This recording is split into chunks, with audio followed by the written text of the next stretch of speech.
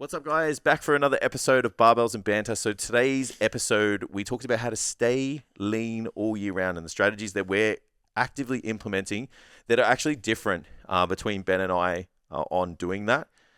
And you'll find that there's some really commonalities when you look at the lower hanging fruit, but when you look at things above that, there's slight differences, and it really comes down to personal preference. But we're going to give you the inside sports on those things and talk about why people succeed, maybe times to use things like bulking and long-term builds and long-term weight loss phases, and then periods where like maybe just dipping in and out more consistently might work better for you. As always, if you're on YouTube, Spotify, wherever, hit the like, hit the follow button, hit the subscribe button, smash the share button, get it out to other people just like yourself. It really helps with the algorithm just to get out to other people like you. If you haven't joined the giveaway, jump on the website, join the giveaway. We're giving away 16 weeks of free coaching with our Strong and Lean in 16 program. Awesome prize. Don't miss out. Other than that, let's get to the episode. Enjoy it. So I assume you didn't watch any of the bodybuilding on the weekend? No. Mate, I'm telling you, the Arnold Classic was like the best open bodybuilding show I reckon I've seen in like 5 to 10 years. Yeah, right. Quality. Yeah. So like there was just so many good athletes on the stage at the same time. Because like outside of the Olympia, let's maybe remove the Olympia. When you look at the shows in the season, there's always maybe like 1 or 2 good people and that's it. Like there was like 6 good bodybuilders. Yeah. Like, is it still like the second one? Well, they're trying to be the first, but every time the Arnold Classic like increases the money, the Olympia like increases the money more. Yeah. Yeah. Dogs. So the Arnold announced that they would do $500,000. Yep. And then the day of the Olympia, they're like, we're giving the winner 600. Yeah. So I feel like they're just going to keep chipping each other, which is crazy. Good for the sport. Well, it's good. It's good for the athletes too, man. Like they're actually getting paid. Like some of the local shows and stuff, like are even like 25 to 50 grand. Yeah. They're like $10,000, which is what they were historically. Like just isn't enough. Yeah. Especially when you're like essentially killing yourself. Like Yeah. it's not a lot of money, man. Taking 20, 30 years off your life. Yeah, it's not worth it, you know. So at least like you're making it financially rewarding, so you don't have to do it as often, so you don't have to compete as often. Yeah. So that's healthier for the athlete. Yeah. And maybe they don't have to do it for as long, so they can make a living and set up their future, you know, elsewhere. And then like the sponsorship money obviously is quite good as well. So I think too, to keep competing, like once you get to a level of like the pro card, you can make a living not competing. Yeah. Coaching, deals, whatever. Like you need to have a substantial enough price point to risk the health, the longevity, all of those things. There's levels of pros though. Of course. Yeah. But it's like there's ones that like do it just to do what you're saying. Yeah. Then there's people who want to be like the greatest of all time. And that's what I mean though, because that's if you're running the IFBB though, you want as many people to compete as possible. Yeah. So if it's better money, making it worth it. If I can take half and still make 6 figures. Yeah. Double 6 figures as a coach. Yeah, well, you're not going to pay me 10 grand to put myself through that and lose business. Yeah, that's it. It's not worth it. Yeah. $10,000. You're not even doing it for that. You're doing it to get to the Olympia. You're doing it to get a sponsorship. Like at the time, like at least now, it's like some of the shows are like, was it like a local show can be like 25. Like a tier 2 show could be like 50. And then some of the tier 1 shows are like 100K. Yep. Which is mad. Like Dubai, I think is like 200. Of course it is. Yeah, but that's sick. Yeah. Like, and Dubai's like a central. It kind of like connects the east and the west. So then you get bodybuilders from both sides of the world competing as well. So it's like more people and like the best in the sport are competing more often now. Yep. Like, you know, like the whole shut it down thing for the Olympia, like you only see them compete once a year, which is kind of shit. Like you're seeing good bodybuilders compete 2-3 times a year now. And it's like, fuck. So it's just like really good as a fan. Is it my, and obviously it's going to be your fucking echo chamber as well. Yeah. Is bodybuilding on the way back or is it our echo chamber? But bodybuilding's not on the way back. Bodybuilding just has always been around. It's just way more popular now than it ever. I was going to say been. not nearly as Yeah. Like if you look at waves of trends, it was bodybuilding, then CrossFit, then whatever came after that. Yeah. Bodybuilding's. I believe bodybuilding is at its most popular state now. Yeah. Because you got people like we talked about the other podcast. You got people like Sam who've got like 6 million followers. Yeah. And he's like a dude who works out. Yeah. But he's a bodybuilder. Yeah. So I think absolutely with like YouTube and social media and stuff like that. So the gyms, the Steve that's going to the gym, are they now? Is there more of those guys doing bodybuilding than there was 5 years ago? I don't know if that's the litmus test for it. I think it's like it's going into a gym and seeing a bodybuilder and people just are accepted of it. Where like you go back 20 years ago, like it was just some meathead in a hoodie who was just training on his own, and everyone was just like, I don't really know what it is and what he does. Yeah, but I think you had the Ziz wave where it became culture, and then it went away. I don't know if the Ziz wave was bodybuilding. The Ziz wave was aesthetics and being conscious of your physique, but that technically, look, in my opinion, that's not bodybuilding. Okay. Yeah. Bodybuilding is like, everything you do is to, become bigger and like basically just become bigger and leaner. Mm-hmm. Like partying, like training for a festival and taking party drugs at the same time is not bodybuilding, in my opinion. Gotcha. Yeah. I mean, like, and people are going to sit there and be like, whatever, like, it's the same, like, you're training to look a certain way, but I don't think that like that put bodybuilding on the map. Yeah, so I don't know how to metric it for you because obviously you're looking at the sport. Yeah. I'm just like, how many people, and you can't say like going to the gym to look better, but how many, because everyone is, whether they're doing CrossFit or not. Yeah. How many people are going to the gym inspired by, following a program like, influenced by bodybuilding culture compared to how many people are doing high rocks? Couldn't tell you. I reckon to be 10-1 in bodybuilding. High rocks is an absolute echo chamber thing right now. It's a little bubble. Bubble and an echo chamber is very different. Bubble, yes, but it's fucking enormous. It's not as big. High rocks is what CrossFit was 10 years ago right now. So just to put it into perspective, High Rocks competes in like every developed country, maybe. There's multiple professional bodybuilding shows in multiple countries. We're not talking about the same thing. Across every continent. We're not talking about the same thing. It's how many people in my gym right now. I know 5 people that'll do High Rocks this year. Yeah. There's none that'll do a bodybuilding show. Yeah, okay. Yeah. And there's none that'll do a photo shoot. There's none that I understand. Wear Gymshark and all that kind of stuff. Yeah, I understand. So is it the next... look, I can't answer that question for you, man. But I know that the winner of High Rocks isn't getting $500K. I know that every meet that they go to is not getting paid that amount. I don't know if there's a professional league for it. Like, it's just... Yeah. I think it's like comparing... It's just comparing a... Like, they're not the same, so it's hard to compare. It's like hard. Trends are trends, though. Like, powerlifting was cool 5 years ago. No one's powerlifting in Melbourne anymore. Yeah, but... They're doing High Rocks. There's no... The thing with High Rocks is there's no pathway beyond, like, competing for fun. Like, you don't have professional High Rocks athletes, do you? Correct. Yeah, so then it's like, I don't know, just comparing them doesn't make any sense to me. Because you can be a professional bodybuilder and win $500K from one show. Yes. So comparing those things is a little inaccurate. And then also, like, the gateway to entry to do High Rocks, like, I can do it. Like, I could do High Rocks tomorrow. Yeah. It so does. then, yeah. Like, you know what it's a fitness. I'm asking if bodybuilding is a fitness trend. No, it's a sport. And that's why we can't have the conversation. Yeah. If it's a sport.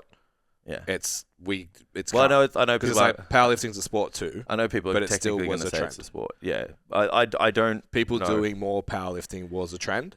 Yeah, now it's higher up. You asking that to me is like saying, is basketball popular and is the NBA popular? Like, it's kind of the same. It's like the I think NBA it's 100% a valid question. How many people care about NBA? Is it a trend right now?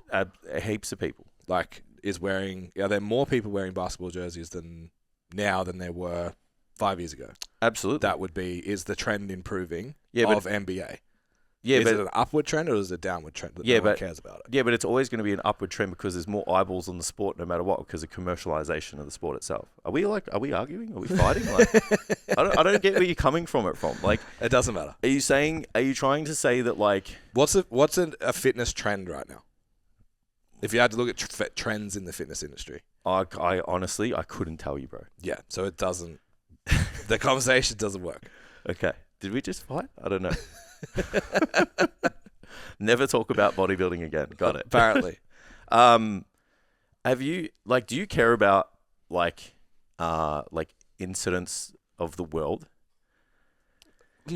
Usually.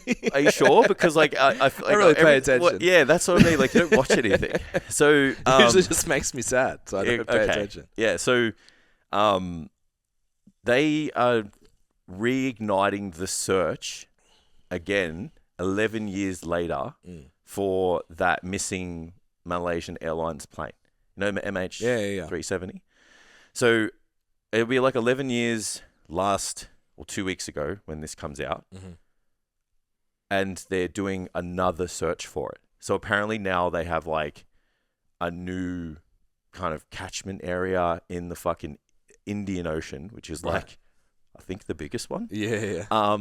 And they have access to this like super ship that what it can do is like it sends down these submarines, and these submarines can take they can scan the surface of below them that's like 6 kilometers in range. So they can create a fucking blueprint of the floor. Yeah. And then be like, looks like a plane. Fuck. And so apparently this ship just keeps coming out of WA, scanning like all these certain areas. It's like needle in a haystack, man. 11 years too. Like, I don't even know, like... Why?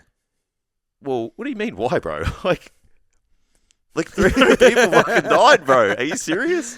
What do you mean, why? Well, how many people were kidnapped last week? Yeah. Do you reckon? How many kids went missing in Los Angeles last week? Did you watch the documentary about it? No. Yeah. Okay. So there's so the gist of it is that the plane was supposed to fly a certain direction. Yeah. And then it didn't. in the last, so when it had comms, it was going where it was supposed to. Yep. So then they lost communications with the plane. Yeah. And then the last ping that they got on the plane was totally in the different direction. So now they're just like, weird on that. Yeah. So they tried to search in the Pacific Ocean, I'm pretty sure, because that's on the right-hand side of our country, right? Obviously, nothing. Yeah. And then there were all these like conspiracy theories on like what it could be. So then apparently like debris had like washed up in like Madagascar. So if you go like left of like WA, like and keep going, Madagascar's there. So, so apparently towards Africa somewhere.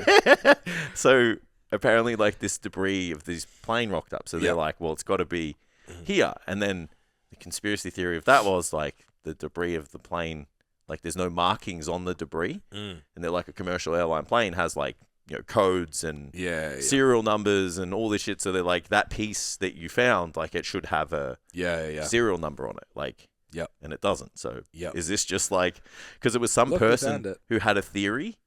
And then, so that was one theory. And then apparently they thought that like the Chinese or the Russians had like hijacked the plane and like just flew it into Russia. Right. And I'm just like, why? Why? Yeah. To say we can. For what reason? Yeah. So so it was like, the other theory was like it got hijacked. So anyway, so they have no idea. But imagine being like Malaysian Airlines and just being like, we lost plane. It's like, gone. These people are dead. It's gone. Yeah. But they... My why was savage. It's like, I get it. There's 300 families. What happens? Closure, man. I get it. But it's like, fuck, man. How many resources are we putting into this thing? I find it really interesting the shit people care about and don't care about, and what we spend resources on and what we don't. It's fascinating. It is absolutely a PR thing for Malaysian Airlines, because I don't know about you, but like they never get in my search history for a flight. It was like that happened, and I think within like a month, that their plane got shot down by the Ukrainians or the Russians or whatever. Yeah. So they lost 2 planes. Like one of them obviously probably wasn't their fault. Like it got shot down, but like still bad for business. It's probably flew where you shouldn't for that to happen. It's still bad for business, yeah. Like so they had a plane disappear. You just rebrand, wouldn't you? Oh, aren't they like? I assume they would be kind of owned by the government, right? Change the name. It's kind of like I just think that if you're the country's the name of your airline, like the government owns it. But I could be wrong. I don't think so. Like Air New Zealand, like maybe they're half, because Qantas is half owned by Australian government. Yeah. Yeah. So I just assume that arrangement happens with every airline that's called the country. Yeah, maybe. But I could be wrong. So maybe they can't. It's an AI question. Maybe they can't rebrand. It's like we got to rebrand our country. Well, yeah, it's like if we called ours Qantas, you can change it to whatever the fuck you want. Yeah. Surely. Fair. Yeah. But yeah, I just imagine not being able to answer something that you should never have to answer. Yeah. Yeah, I get it. Like we don't know where it is. Like, do you even think that they don't know? I reckon they know. They have to know. How do you lose a fucking plane, bro? Yeah. And it's sometimes I've heard, like, to be fair, it's probably Steve Baker on Joe Rogan. So it's you know what I mean? Yeah, caveats. When you hear like really scary people talk, and they're like, "You don't want to know." Yeah. If you knew, you wouldn't handle it. And like even sometimes you watch movies and stuff, and it's just like the people can't actually. This can't be a thing. Because if this is spoken about, we have to say it was a bat. Because if it's a government-funded federal project in another country that has shut down the fucking world, that's a real problem for a lot of people. So let's just not. You know, it's like... I wonder how that actually happened. Like, is it like the typical movie where someone just, like, trips and accidentally breaks it open and everyone's just for some reason, I just see Homer Simpson. Everyone's just fucking dying and shit, you know? Just eats out. Just like some... Like, you know, the uranium was stuck on his back. I see it every time I think about it. I'm just like... Yeah. Just, I don't know. I don't reckon you'd want to know that because it probably was premeditated. Well, and then it's just like how... That ball unravels just so quick. It's terrifying. Yeah. My favorite plane conspiracy is that, you know how all what's the brand? Boeing? That was on purpose. So then if Trump got in, Air Force One is a Boeing plane. So when it goes down, no one will ask questions. That was my favorite one. Wow. And then after that, he got shot at. How do you, I'd really love to just have coffee with that person who just put that together. That's a scary human being, man. That's a scary human being. How do you go by your day-to-day life? Like, are you the dude that like keeps his head down with a lot of anxiety? Yeah. There's people out there, bro, like don't like go to the shops. Yeah. Because of the CCTV. Like I've heard of people who I work with who have, family. Yeah. Who like don't have the internet. Yeah. And I'm like, what do you? Like, so if you have the internet, what do you think is going to happen? It's like, oh, they'll know everything. It's like, yeah, but what are they going to know? Like, why are they going to care? Yeah. It's like, no one's coming to get you, bro. Like, yeah. But people or they already have us all. It's a dice I'm willing to roll. And that's when you just like, that's why I don't pay attention. Because I'm I can't. If I just watch the news, I question it too much. You can't watch the news. And then if I watch the people that question it, I get upset. So I'm just like, I just don't want to know anymore. Yeah. I guess. Does it affect me? No, I'm just going to do my thing. Yeah. Maybe when you have a mortgage, you will. Well, but I pay attention to that shit. Yeah. Like economy, business. I only started caring about that shit once it actually directly affected me. Yeah. You know, like when you're in your early 20s, you're just like, oh, like petrol's expensive. This sucks. Like, yeah. And you're just a little bit upset, but you don't realize that like there's all this economic turmoil happening. Yeah. For the last fucking 5 years, onto it. Yeah. Coffees being $12 is actually a problem for me. Yeah. Not because I have to buy them, but because all my clients buy them. Yeah. Yeah. Absolutely. Yeah. That stuff I pay attention to, but like anything that's, Who wore what down at the Logies, mate? Not looking Oh, at the fuck. red carpet. Don't talk. It's celebrity shit, man. I don't fucking get it. Hey, Yeah. I've never been a celebrity guy though. Nah, me either. All right, cutting to the chase. Let's get stuck into it this time. Get straight to the details. Where do we go? 20 minutes arguing. That's good. We only argued for 15. So, topic I want to talk about. You and I have been actively doing this. The goal for this year is staying like lean-ish year round. So we're like building, cutting, but like always just like on the more leaner side. Like I'm not that invested in like really pushing body weight and getting really like kind of soft and. Just kind of like looking at myself in the mirror this year and being like, oh, I know I'm doing this because I'm trying to get bigger, but I still don't really like what I see. Like I was talking to a guy at the gym the other day, and he's just like, oh, how's training going? I'm like, yeah, so you just started like a cut. And he's like, you don't need to cut. And I was like, it kind of like hit a little bit of a nerve, but no, but it was more... Just retracted the shoulder blade a little bit. No, but it was more like I should be able to just cut whenever. Yeah. And I just said to him, I said, honestly, man, I'm just not that interested in, like I said, if I go any further than this, I just run the risk of like not liking what I see. Yeah. And I'm like, for someone who trains 5 days a week, you should always really enjoy to a degree what you see, unless you're in such an improvement block. Like you can just see you can see the end goal and you're like, this size is worth it. Like, yeah. I think that was the blessing and the curse of powerlifting. Because it was like, if you got fat, it was like, yeah, but my bench is up. Yeah. Like you could feel the benefits. There was something else to like. Whereas if it's like, my goal is to be bigger and leaner at the end of the year. It's like, it's only so big. This is just big. I'm not, like, do I look better? There's only I'm sure I do, but. Yeah, there's only like, you can only get so big though until you are just, that's the only string you're pulling on. Of course. You're like, yeah, would never take my shirt off. Like the only person that sees my shirt off because they have to is my wife. Yeah. Like, you know what I mean? Like there's been points of like my journey where I've been pushing the size and I'm like, no one's seeing this shit. Yeah. So I'm just not in a position where I want to do that anymore. So what I thought would be cool is talking about maybe why we're prioritizing that as a goal this year. Yeah. And then just talking about our training strategies, nutrition strategies, all of the stuff involved in it. Because I know there's a lot of people out there that are the same. I've picked up clients that aren't really that happy with like where they are in the position of their build. Yeah. And I've helped them, kind of diet some weight off. And then I've just said to them, like, just so you know, for reference, we never get any softer than where you are about a month ago. Yeah. Been dieting for fucking 3 months before it though. Yeah. Just because like the idea that they had, or the person that was steering the ship before them was just size, but never really kind of asked the person like, hey, what are you willing to deal with? What are you willing to do to be comfortable with? So I feel like we can give some value to those people today who want to stay lean all year round. Yep. So where are you coming from this ambition from? Because we've done it all, you and I. Yeah, I've had all the neck chins. Yeah. Front and back. Yeah. Yeah. If you've never had a neck roll, don't talk to me. Yeah. Yeah, that's it. On purpose. What's your main driver for not pushing the body weight like that? The first one is honestly would just be comfort.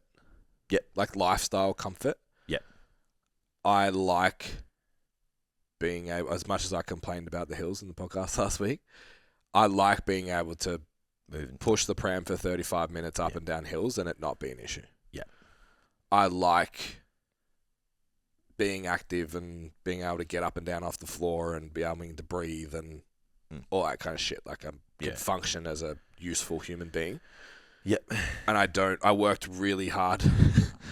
So if you haven't heard the story before, hopefully you didn't want a short answer because it's a story time now. Fucking hell. When I was at my biggest, we went and did a food tasting for the wedding. My wife was in the lounge room at the front of the house, and I was in the master bedroom, and I was in the lounge room, putting on a pair of Timberlands. And I just hear, "Are you okay?" Yeah. I'm like, "Yeah, why?" She's like, "What are you doing?" I'm like, "Putting my boots on." She's like, do you need help?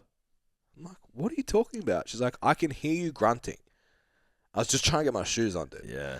So I'm like, okay, that's problem number one. Like, we're pushing it. Like, a best total ever, cool. But I also had no face, no neck. Like, even looked at the anniversary pictures, like, looking at my legs. I was like, fuck. And I'd lost 10 kilos. So, living like that isn't it for me. Yeah, even temporarily.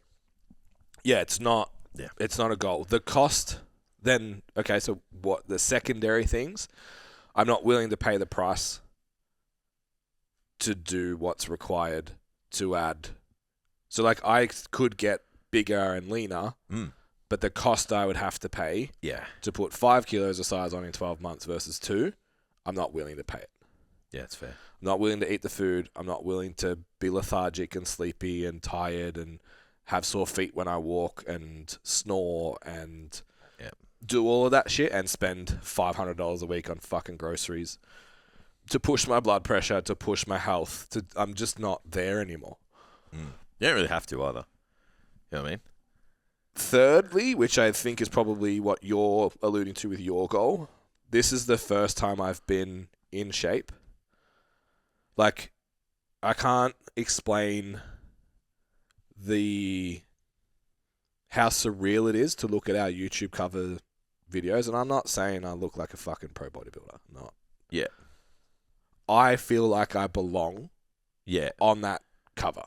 On the thumbnail of a YouTube video. Like, this week's one's like me doing a lat raise by myself. I'm like, fuck. So, this is the first time I've ever felt that. Yep.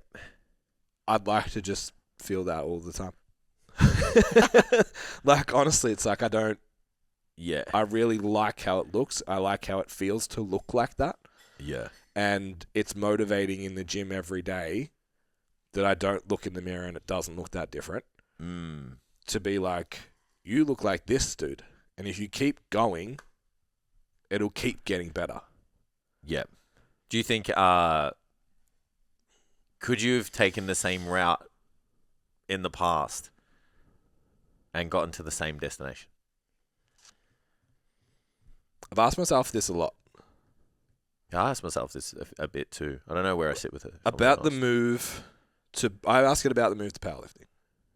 Yep. It's like, what if I just stayed, for lack of a better term, hobby building? Would you be the same size now? No, just like, what would happen?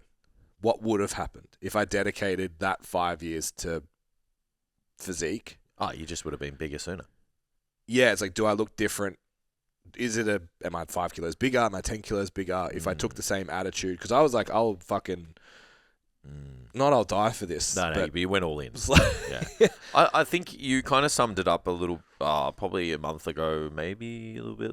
You were just like, I used to think you can build muscle and build an aesthetic physique powerlifting. And you were like, I was absolutely wrong. You can only go so far with like hyper specific powerlifting. Let's talk because it's like there's power building. You know, you've got some accessories, and then you've got we'll call it your fluff and buff. Just didn't train my cars for 5 years. That's what I mean. Like you can do powerlifting because I know there's people who can do it. Of course you can. You can squat, bench, and deadlift, and then you can fill the gaps. Bigger. Yeah. But if you just like doing everything from a periodization and specificity does this level, make me better at SBD? Yeah, then you're probably missing a lot of those things because what you're missing, you're getting filled with all of the specificity. So I think from that perspective, like you probably would have just gotten to where you go, I'm happy sooner. You know what I mean? Like with your physique, like you would have but like you probably just weren't looking at it at the time you were pursuing powerlifting, you probably weren't looking at yourself through that lens. No. However, on the other side of it, once you went back to body composition training, it took like 18 months. Really? For you Not to even. Yeah, 9 months. Yeah, well there you go. So it's like you would have just got So I didn't really do it until LJ was born. Yeah, so you would have just got way sooner. Oh yeah, you were running and jumping and because all kinds of business. Couldn't put my fucking shoes on. Yeah, so I get that. Yeah, I get that. I sit with it a lot. Like it's hard because I've seen benefit to pushing the size. like, and pushing the body weight. Like, I have really seen, like, we took, that whole build and cut mentality. Well, we'll call it like bulking because that's what it typically was. Yeah. And I did see a lot of progress doing that. So I think for some people, like, you've probably got to ask yourself the question of, like, am I willing to deal with the costs of this? Like, as in being a bit soft and stuff. And you've got to be really mentally, kind of fortified, because you got to keep persisting and then know that, like, in 9 months' time, like, the end outcome's better. Yeah. That's where it's really hard for a lot of people with bodybuilding in general. Like, with physique training in general. And I'm not talking about cutting. Like, I feel like cutting's really instantly rewarding. Like, you can feel lighter, and then you can get lighter, and then you can get leaner. Yeah. So you got to think, like, when you first start a cut, like, I feel better. When then you see the number go down, you still probably look the same. And then all of a sudden, those things don't really change too much, but you look exponentially better. When you're building, it's not necessarily like that. Sure, you enjoy your food for a little bit, then you get a little bit slow. Yeah. Then you get a little bit soft. Yeah, you're strong, but your main objective was to build the muscle. Like, you don't really get to see it. It's just like, it's almost like silhouette. Yeah, you've got these, like, blurred goggles on, and you can see, you're like, oh yeah, like, this kind of looks good. Like, we won't know until later on, and that's why it's so tough, I think. Yeah, I think I had that, and this might be the thing too. I had that mentality for powerlifting. I didn't compete 3 times a year. I competed once. Because it was like, there's no point me spending 3 months peaking where I'm not building muscle and I'm not getting stronger. There's no point spending time expressing strength when I know I'm not strong enough. My goal is to be a national level athlete. I know to do that I need to be 100 kilos at 5'8", and I need to put up at least 600, if not 650 at the time. So this work now, when my 5 is going up, when my this is going up, when all my metrics and numbers are going up, I'm getting bigger and heavier. I'm in. Now, there's no show. Yep. So if I was going to compete, I'm like, I'll put the hoodie on for 8 months. I don't care. Yeah, I'll do whatever it takes for that date to do that, but I don't have one. Yeah, it's almost like a little bit demotivating now. Like, I know if I'm, like, a bit soft, I'm like, I don't want to go gym. Yeah. I don't necessarily, but, like, you know what I mean. Like, I know, I guess the point I'm making is I know I have the gear in my head if I decide that I don't care. Yeah. That I'll do whatever this grunt work is. I'm not attached to anything else because I know it's going to benefit me at that point. Yeah. I don't care if I'm out of shape. I don't care if I can't move. But you got the proof though, right? So I wonder, like, if you're, say, let's go with someone who's not there yet, but doesn't know. It's like, how do they make that choice? Yeah. You know what I mean?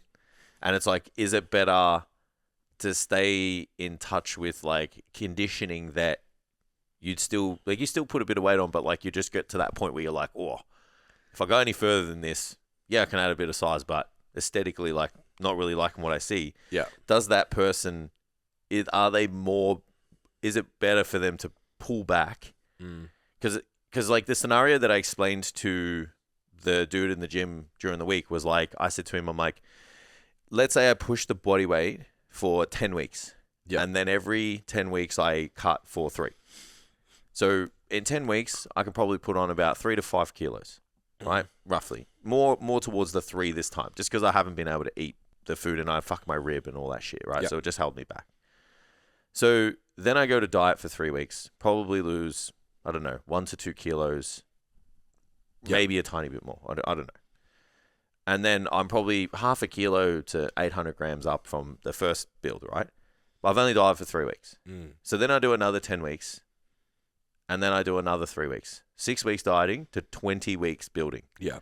So I'm like, if you keep that cycle, you're going to get to a point where you've dieted for, like, not even a quarter of the year. Say 9 weeks and you've done a 30-week bulk. Correct. So then I'm like, that's also 9 weeks you have to diet on the other end. Correct. Yeah. So then I'm like, is it better to do that because I never get really ridiculously out of shape? And I also think that I may, and what I think is you also may not have to diet as long over the year to still look the same. Yeah. You know what I mean? Because like there just becomes a point when you tip over into the, like with that body size, where like you're adding 300, 400, 500, 600, 700 grams of body weight per week. There gets to a point where like you can only put on so much muscle, yeah? So you're like, all right, well, what optimal circumstances? I don't know, fucking 200 grams of that's muscle. Yeah. So if you put on 700, it's like you just added like a half a kilo of fat in 1 week. Yeah. So then it's like, Which is a week or two of dieting. Correct. Do that for another week. Do that for another week. And then all of a sudden it's like you need 20 weeks to get to the same conditioning that you could have dieted for 12.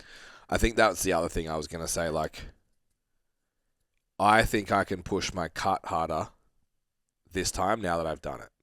Because I know what to expect. Oh, absolutely. So if I start leaner, I'm willing to go deeper. Straight away. I'm going to look better. Yeah. Even if I'm exactly the same amount of muscle December 18 to November 30, 12-month cycle, I know I'm going to look better. Yeah. Because I'm going to start leaner, diet harder. Yeah. So what happens in between that's bonus for me. I don't expect to come in 5 kilos bigger. Yeah. Because I'm okay not to. Yeah, definitely. Yeah. And then...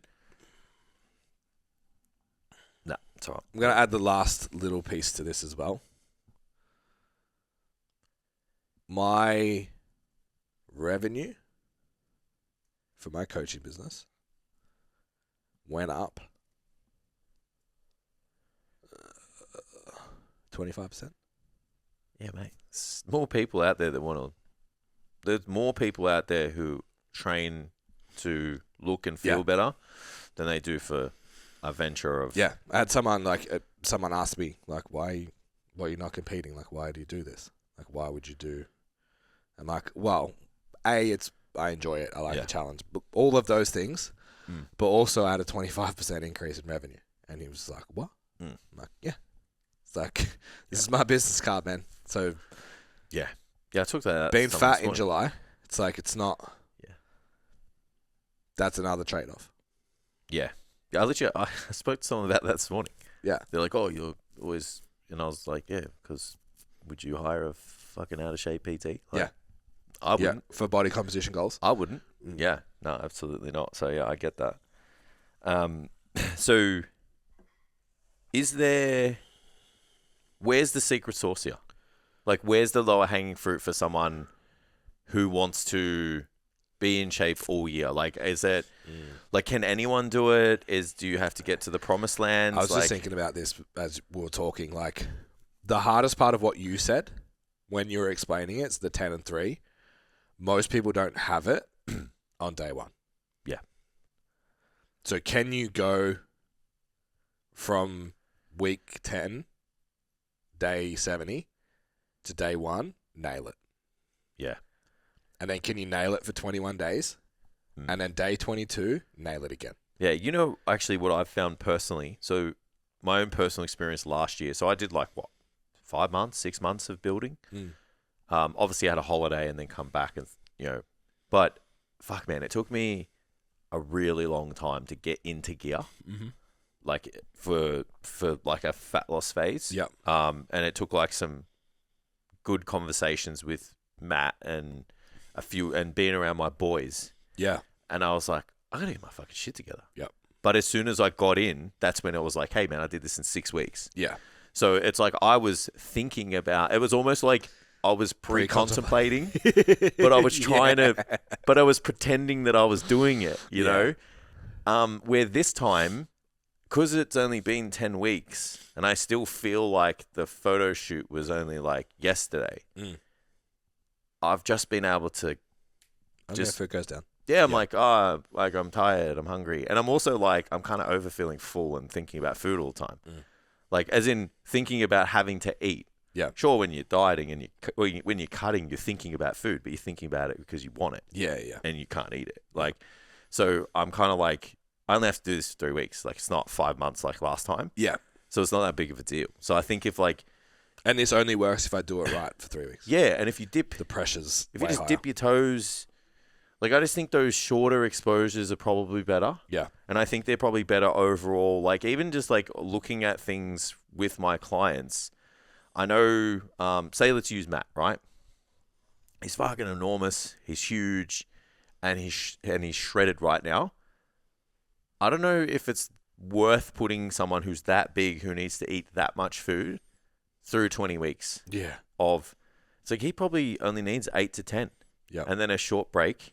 Like he needs more breaks than people would think he needs. Yeah.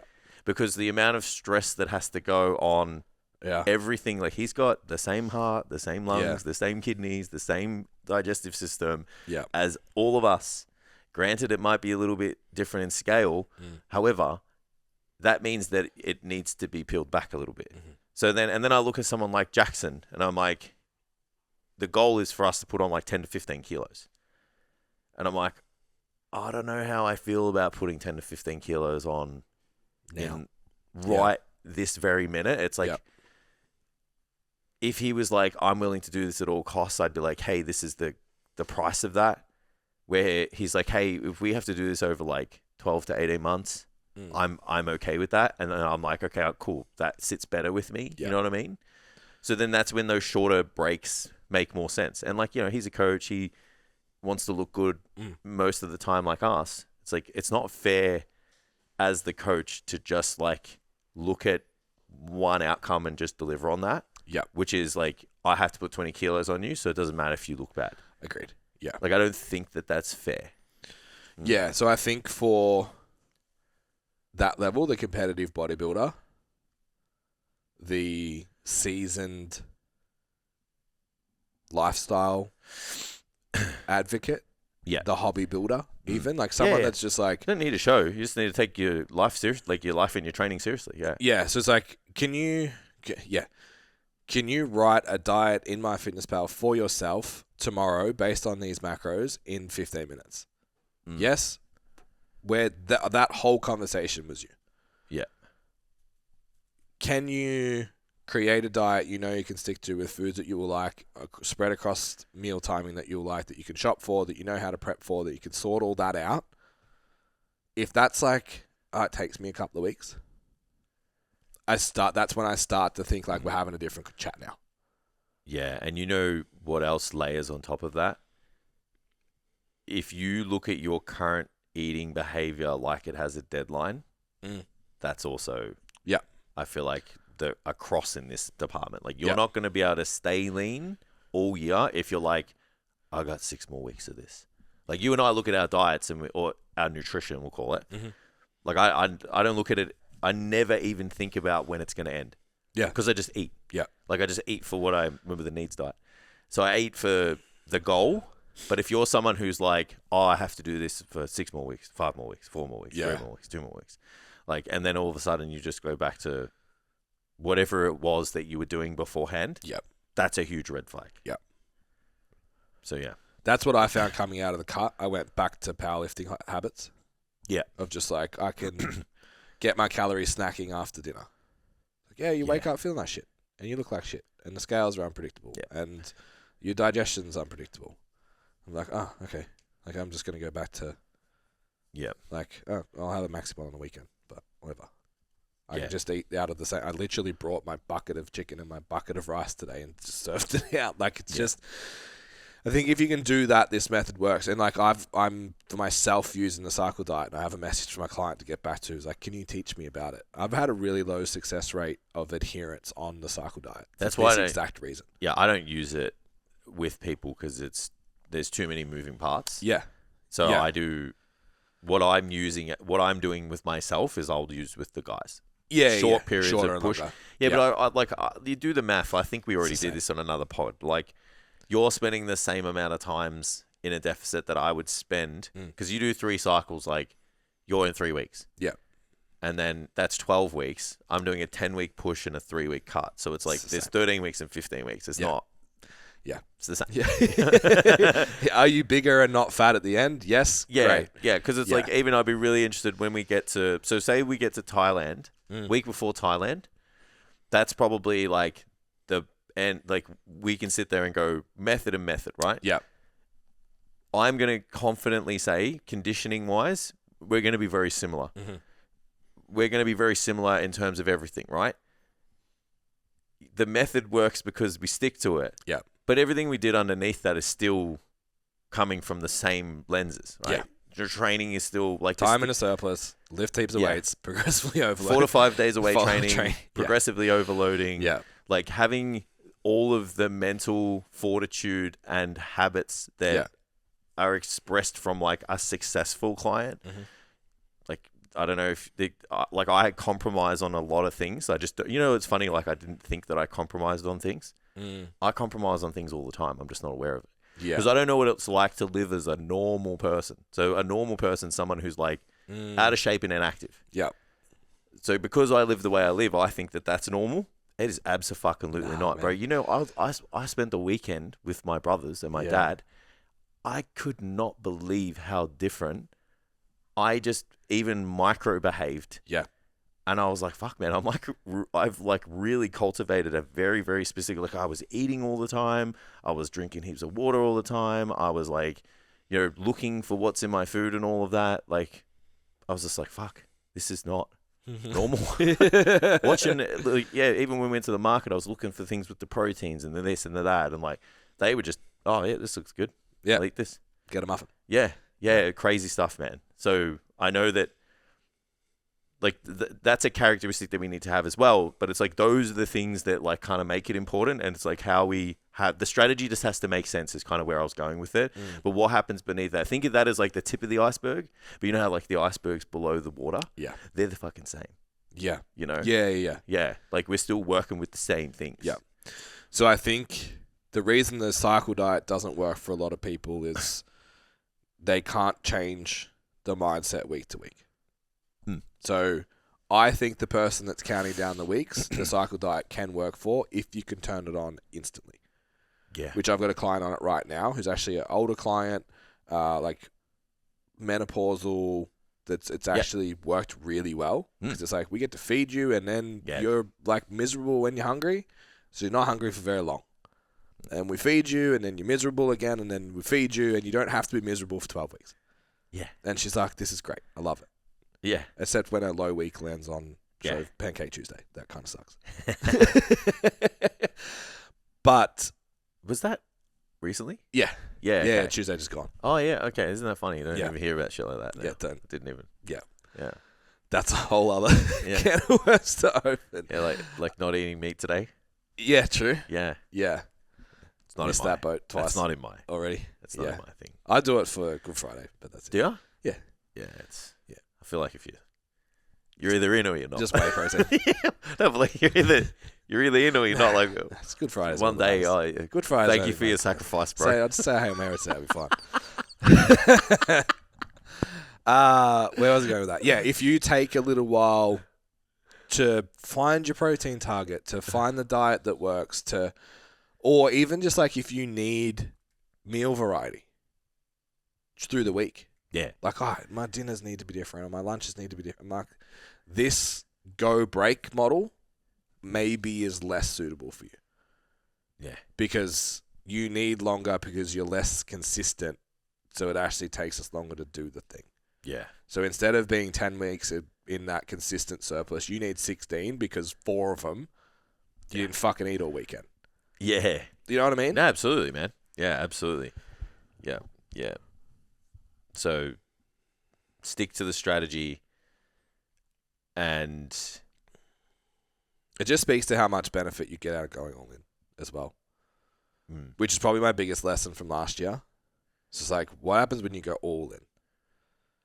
Because I've always been, even as a coach, like, I can get pretty exceptional results with people that are like 80, 90%. Yeah, it's funny. You were talking about that at some point, either earlier in the year or maybe the year before. I can't remember. And we had the discussion on the podcast. Yeah. And I was like, I agree with you to a certain point. Yeah. But I've also, because I coach them, see what happens when you go 100% in. Yeah. And it's exponential. That 10%'s huge, man. Yeah. Yeah, because it's like compounding, right? Because it's like the between 90 and 100 the results you get Mm. isn't 1% for 1%. Correct. And you get so many more tools to play with. Yes. Because the timeline changes, because the efficacy changes, because the level of detail that you can apply changes. The margins are just smaller, so the impact is greater. Yeah. Like if you like, because you're dealing with you're dealing with finer margins, but they make a really big impact. Yeah. You know, you're changing something one day, you can see it tomorrow. Correct. So yeah, because it's perfect. Yeah, but that's what that 90 or even 95 to 100 gives you. Mm-hmm. Like it gives you that almost like instant feedback. That's why like in those peak weeks and even with Matt now, like we're checking in every day. Because I'm like, we can make a change and almost see it instantly. Yeah. You know, because that's the beauty of having those people. Yeah. But you obviously only, like, that's the only way you look that way. Yeah, and that's it. It's like, I think you can be stronger than most people on the planet, look better at the beach than most people on the planet, tracking your macros, go on the gym 4 times a week. So are you saying most of the magic around the leanness all year lies with the nutrition? Would you say that like that is the most influential part? I think if you're worried about this conversation, you're already sleeping 7 to 9 hours, getting your workouts in, managing your stress. Like, you're not paying attention to this if you're not. I absolutely agree. Because like I think you would like still train the same. Doing a 9-week bulk and training 2 to 4, like it doesn't. I think you'd still train the same too. Yeah. And like I know, and that's another reason why. Even with the 3-week cut, you don't have to make a change to your training because you're not depleted enough. No, and even like if you look at your method though as well, like you still train the same. And I think that there's always value in that because I just like the idea that like, you know, a program that builds muscle preserves it, so it shouldn't really change. Yeah. But how many people have you seen or worked with, and even maybe you've done it in the past when you did that whole bulk and cutting thing where like you did kind of skimp out a little bit in your build? Because I know a lot of people who like don't train hard in their build. Yeah. Like they think that like just adding the calories and like, the weight is muscle. I have consciously been aware of it because the fire isn't the same, because the mental drive is lower because I'm full. And like there's obviously a mechanism for it, but there's some kind of drive that is there. And again, with the entrepreneurs not being jacked, like how many people have you heard like I need to be just a little bit hungry? Yeah. Even just brain. I'm the same. I like if I got a big day, I'm like almost don't want to eat. Yeah, because I just feel like as soon as I eat, the brain fog and shit, and then I'm like fuck, everything takes because twice as long. Your brain is designed to be like get the fucking food. And then when you have the food, it's like, all right, you can relax. Yeah, time to chill, yeah. So, like, if you've got all the food and then it's like, okay, now kill yourself on this exercise right now. Yeah. It's like, but I don't have to because I'm full. Yeah. So I've actually been really conscious when it comes to last week's episode about, like, tracking your weight and all that kind of stuff. It's like, what'd you do last week? Do it again. I don't care that you feel a little bit sluggish. Yeah. And I think the biggest one for me this is the first time. Granted, I was doing a specific cardio session a week. Yeah. And for the last 4 weeks, I think I pushed steps pretty hard. Yeah. But I have barely missed a 10,000 step day since the shoot. Yeah, I agree. I've kept my cardio regimen in the same outside of like those output sessions. Like my steps have been exactly the same. Still walk MAV, still do some treadmill after training. Yeah. I still kind of walk around the gym in between my sets. So I can absolutely test to more daily activity being a really good strategy to manage your body composition.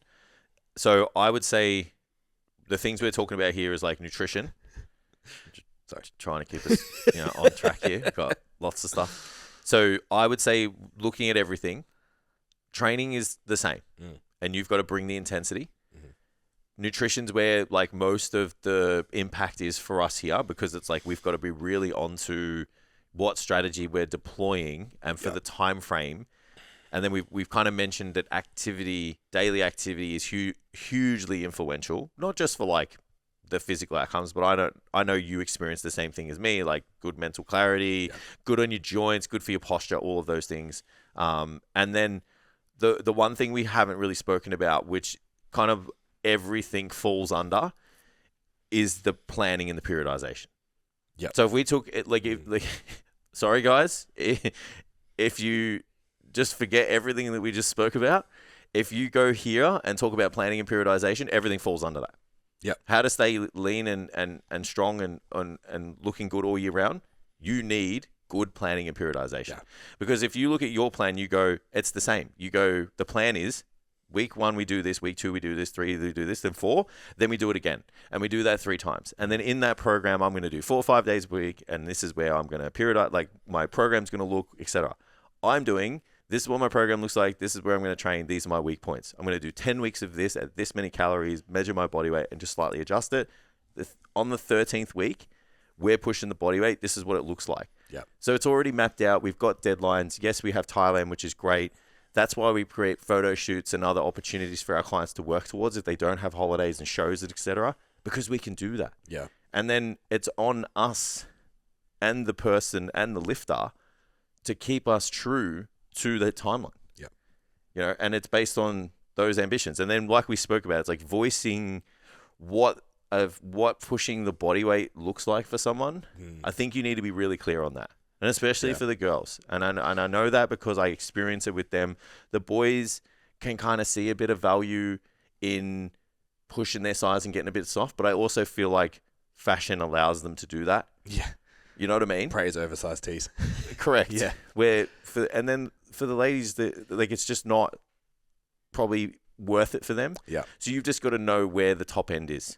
And then you go, okay, cool, we push, we push, we push, we pull back, you know? That waist measurement graph is my favorite. Yeah.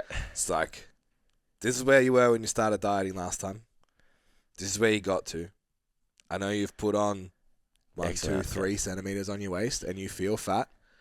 You're 3 centimeters leaner than when we started. Yeah. And it's like, okay. Yeah. So if we started dieting now and you lost the same 6 centimeters, you'd have a 3 centimeters smaller waist. Yeah. We good? We're good. Yeah. And then we move on. Absolutely. Yeah. Absolutely. So yeah, I feel like we kind of gave a bit of an inside sports into the moving parts. Like it can be done. You just have to understand what's going to benefit you the most. Yeah. You know, and are you willing to work on are you willing to work with the trade-offs? So you can still push muscle an exceptional amount of body weight, but there's just going to become a point where you've got to deal with the fuel to keep you going is like the 9-month later after photo, where for you and I it's just like dipping your toes in and out, being in control of your nutrition, being diligent with everything, dotting your I's, crossing T's, having a plan like this works better. Yeah. And then we also never get to a point where we're just like, I don't want to take my shirt off. I don't feel comfortable. Yeah. And I'm just not. And the interesting thing is you have this conversation. I posted my photo of 2014. Yeah. Well, I looked like when I was 24. Yeah. And I just didn't have the energy, but I wanted to write the biggest story. This is what bad genetics look like. Stop posting, look at me at 16. Having never trained before, man. That fucking does me. You know, the transformation. This is a year. I've been in the gym for a year. Fucking less than 70 kilos. I love the pre-puberty before pic. It's like, bro, you were always going to get bigger because your balls hadn't dropped yet. I'd never trained before. Look how bad my genetics were. I ate like an arsehole. Look how bad. You just didn't live a lifestyle yet. Yeah. Like this is someone who actually tried. Yeah. And what they look like. And then in a year's time, I looked fucking phenomenal. Yes, that means you're a high responder. Congratulations. Yeah. Yeah. Anyway, I don't even remember where I was going. So telling that person to optimize getting as big as possible in a 12-month time period, this is what you need to do. I don't give a fuck about staying lean all year round. No, but I'm willing to pay the price on the other side. Yeah, but they still can. It's just there, you know what I mean? Like there's this guy at the gym, like he's just shredded all the time. I'm like, mate, if I had you, I would just... You could put on 15 kilos and still look lean. Yeah. You know, it's just about knowing what that is for the person. Yeah. And then, the one thing you just don't want to have is like someone who just is working hard but just not happy. Like if you're trying to cut because you started, let's say we'll end it like this, right? You started your journey to look better. You should be progressively working towards that, whether it's dropping body fat or increasing muscle size. Yep. You should never be like looking at yourself going, fuck, I'm not happy with this, but I really hope I get there. Yeah. And you can't see any progression. Like, does that make sense? Like, you can't see the end outcome actually happening. Like, that should just never be an option. Yeah. I hope we delivered on that. I think it was interesting. Yeah. All right. Well, let's leave it there because we've got another podcast to get to. Lots of talking today. All right, guys. So, as always, leaving with a motivational quote because I'm prepared today.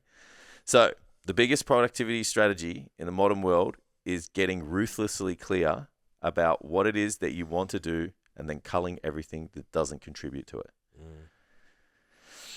The man himself, Fucking Chris huge, Williamson. man. The man It's himself. fucking huge. So if you want to, like, identify what you want, identify what's going to help you get there, identify what's not going to get there, and then remove as many of those things as possible. Yeah, some of the things you may not be able to. Let's be real. You can lessen your exposure. Well, that's it. You can just lessen the exposure for the period of time. Yeah. And it's like, how beneficial would that be if you limited those exposures and went all in on something? Where would your physique be? Where could your life be? Where could your business be? All that stuff. Like, that's the only part of this that's unrelated to just fitness. You guys have at it, and we'll see you next time.